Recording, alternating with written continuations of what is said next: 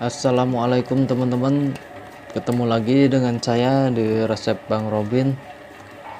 Di kesempatan kali ini saya mau buat video tentang sesi tanya jawab ya teman-teman. Jadi komentar teman-teman di video-video saya akan saya jawab melalui video juga ya teman-teman, supaya penjelasannya lebih bisa dipahami, lebih panjang dan lebih jelas ya teman-teman. Oke teman-teman, kita lanjutkan ke sesi menjawab pertanyaan dari komentar teman-teman.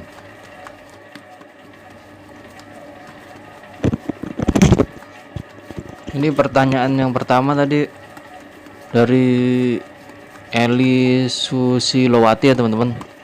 Jadi kenapa proses matangnya roti kalau pakai loyang baru lebih lama daripada loyang yang lama ya teman-teman?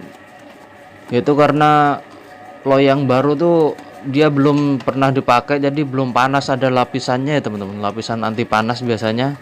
Jadi solusinya teman-teman panggang loyang itu, loyangnya kosongan, oles mentega di bagian atasnya, oles mentega, habis itu panggang ya teman-teman. Udah pakai suhu yang biasanya teman-teman pakai ngoven roti, nanti dia warnanya akan berubah ya teman-teman, loyangnya akan berubah. Setelah itu kalau loyangnya berubah, kita angkat dan biarin dingin dulu, habis itu bisa pakai ngoven rotinya ya teman-teman. Jadi biasanya saya seperti itu mengatasinya, sehingga nanti dia gimana ya, astagfirullah, nanti dia loyang itu akan sama ya teman-teman dengan loyang yang lama. Jadi caranya seperti itu, kita panasi dulu loyangnya kosongan, dioles mentega dulu loyangnya, kita panaskan. Setelah itu dia akan berubah warna agak kecoklatan, kita angkat, kita dinginkan, baru kita gunakan untuk mengoven roti. Oke teman-teman, kita lanjut ke pertanyaan yang kedua.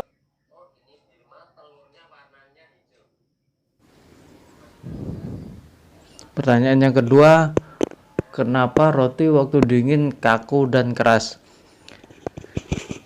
Jadi roti waktu dingin tuh kaku dan keras tuh yang perlu diperhatikan, diperiksa tuh adonannya dulu ya teman-teman. Jadi adonannya sudah kalis apa belum, terus waktu adonan diangkat dari mixer, adonan itu panas atau tidak. Jadi kalau panas ya kita takaran air dinginnya atau es batunya ditambahi. Terus ketiga yang ketiga tekstur adonannya ya teman-teman. Jadi adonannya nggak boleh kaku ya, nggak boleh keras ya teman-teman. Jadi agak lembek supaya waktu dingin dia nggak kaku dan keras. Terus kalau ketiganya itu udah diperiksa, jadi waktu coolingnya, waktu kita dinginkan roti itu jangan sampai terkena angin ya teman-teman. Anginnya tidak boleh terlalu keras, karena kalau kena angin tuh dia pasti roti itu akan kaku dan keras waktu dingin. Oke teman-teman, itu tadi pertanyaan yang kedua. Lanjut pertanyaan yang ketiga.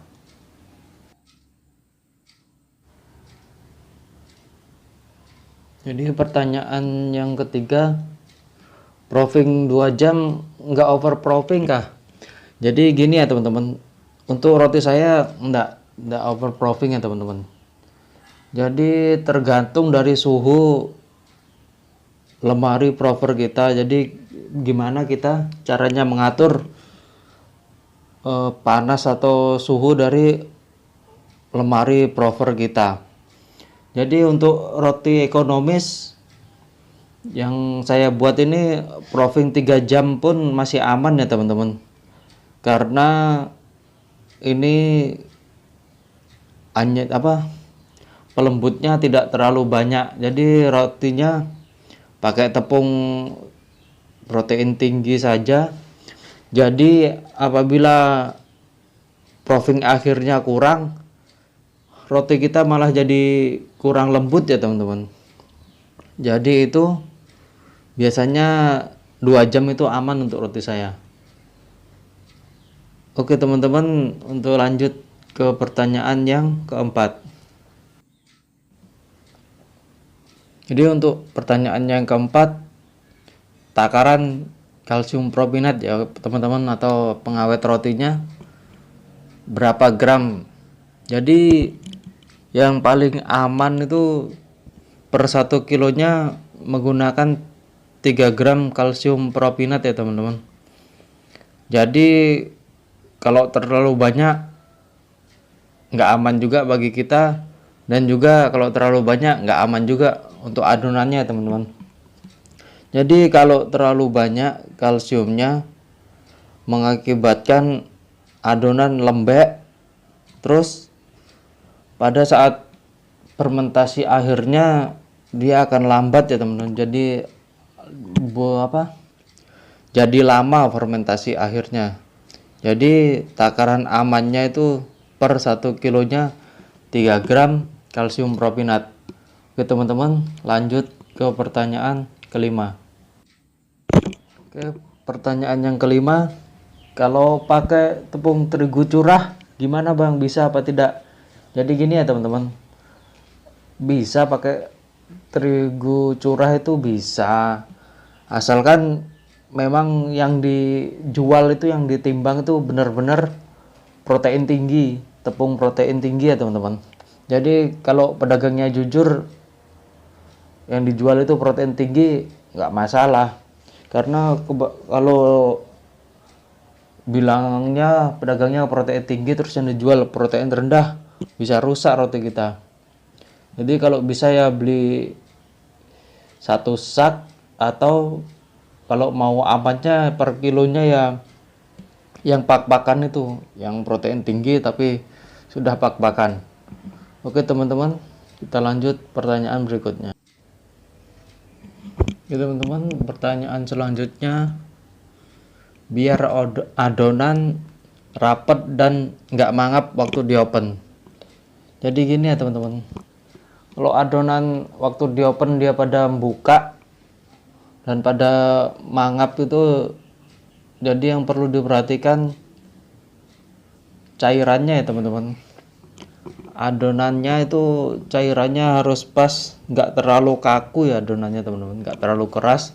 Terus waktu kita potong, timbang sama rounding itu, adonan jangan terkena angin teman-teman, karena kalau adonan kena angin tuh dia adonannya kering, jadi pas waktu dibentuk dia ndak mau lengket adonannya sama adonan yang lain tuh ndak mau lengket. Jadi waktu di oven dia nggak mau rapet, pada mangap nanti adonannya isinya keluar semua.